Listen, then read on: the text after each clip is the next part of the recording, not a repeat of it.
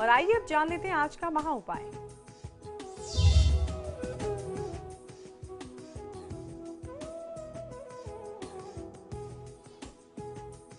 आज का महा उपाय जो है वो हर व्यक्ति के लिए, हर परिवार के लिए, हर घर के लिए बहुत ज्यादा आवश्यक है। वो इसलिए कि ये जो मैं आज आपको उपाय बताने वाला हूँ इसमें किसी भी प्रकार का कोई भी पैसा आपका लगना नहीं है।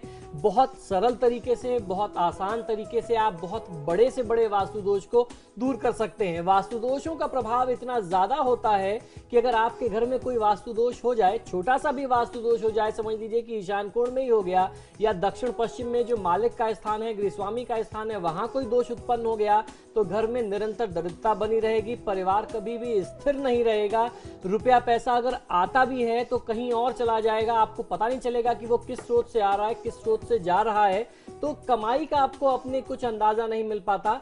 इस परेशानी से मुक्ति पाने के लिए मैं आपको बहुत सरल उपाय बता रहा हूं। जिस तरीके से मैंने कहा कि इसमें कोई इन्वेस्टमेंट नहीं है, तो इसको आज आप सुनिए और इसका प्रयोग अपने जीवन में आप अवश्य करें।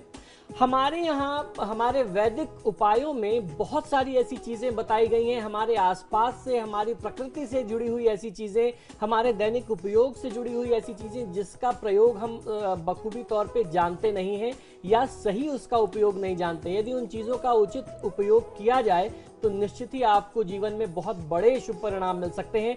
उन्हीं में से एक बहुत ही लाभकारी चीज है नमक। जो पुराने समय में नमक इस्तेमाल किया जाता था घरों में खाने पीने के लिए, समुद्री नमक कहते हैं, कहीं कहीं उसे खड़ा नमक भी कहते हैं। आज भी वो बाजार में बहुत आसानी से उपलब्ध है।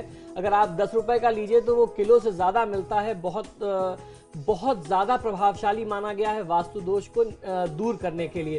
तो यदि आपको मालूम है कि आपके घर के किसी कोने में वास्तु दोष है या आपको ये भी जानकारी नहीं है कि कहाँ दोष है कहाँ नहीं है, तो आपको करना ये चाहिए कि किसी मिट्टी के पात्र में या चीनी मिट्टी के पात्र में आप समुद्री नमक, कुछ खड़े नमक जो है घर के अलग अलग स्थान में रख दीजिए। उसको जिस तरीके का दोष हो, अगर बहुत ज्यादा दोष है तो आप हर 2 दिन पे या 1 सप्ताह में एक बार, हर संडे आप उसको चेंज कर सकते हैं। आप इस नमक को वहां से उठा करके घर से बाहर फेंक दीजिए और वहां पे फिर से एक बार नमक रख दीजिए। नमक रखने का कारण यह है कि नमक में नकारात्मक ऊर्जा को अपनी तरफ आकर्षित करने की क्षमता होती है। वो जितनी भी नेगेटिव एनर्जी होती है उसको अपने अंदर खींच लेता है और वहां पे शुभ ऊर्जा का विकास करता है। नमक जिस भी स्थान में खुला रखा जाता है वहां पॉजिटिव एनर्जी का भंडार हो जाता है, क्योंकि वहां की नेगेटिविटी सब दूर हो जाती है। सारी गंदगी जो है वो उस नमक के अंदर आ जाती है और वह स्थान जो है वो शुभ और शुद्ध ऊर्जा के साथ संचारित हो जाता है। साथ ही बिना किसी बड़े खर्च के नकारात्मक ऊर्जा को दूर करने के लिए जादू टोना, नजर का लगना अगर है तो उस घर में भी ये रखा जा सकता है। हर प्रकार के दोषों को दूर करता है, इसलिए घर में कोई भी शुभ काम करने से पहले नमक का पोछा आपको अवश्य लगा लेना चाहिए। मन में यदि बहुत खिन्नता है, बहुत उदासी आ रही है, आपको कहीं भी सारी चीजें होने के बावजूद भी बहुत अंदर से खुशी नहीं है, कोई एक अनजाना सा भय बना हुआ है, चिंता आपको बहुत ज्यादा रहती है, तो दोनों हाथों में साबुत नमक रख करके आपको कम से कम 5 मिनट बैठना चाहिए और फिर आप अपने हाथों को वॉश बेसिन में धो लें। तो जितनी भी आपके अंदर की नकारात्मक ऊर्जा है, आपके आसपास की जो नकारात्मक ऊर्जा है वो दूर हो जाती है। या उसका दूसरा उपयोग आप ये कर सकते हैं कि नमक को थोड़े से गुनगुने पानी में डाल करके आप स्नान कर लें, तो आपके अंदर की जो भी नकारात्मक ऊर्जा है, गंदे विचार हैं, वो दूर हो जाएंगे और आप शुभ ऊर्जा से संचारित होंगे। नमक को कहीं इधर उधर नहीं फेंकना चाहिए कि वो किसी के पैरों में आए या कोई उसको लांग सके।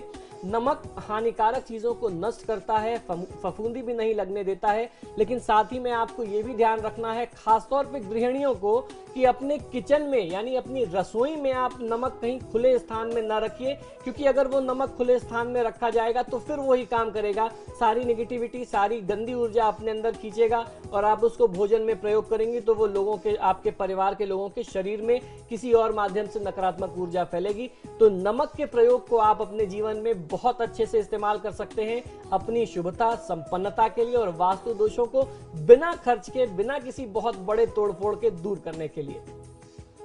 चलिए, बिल्कुल आचार्य जी, कार्यक्रम में हमारा साथ देने के लिए आपका बहुत बहुत शुक्रिया। नमो नारायण। और अब वक्त हो चला है आप सबसे भी इजाजत लेने का। कल फिर हाजिर होंगे इसी वक्त, तब तक के लिए नमस्कार।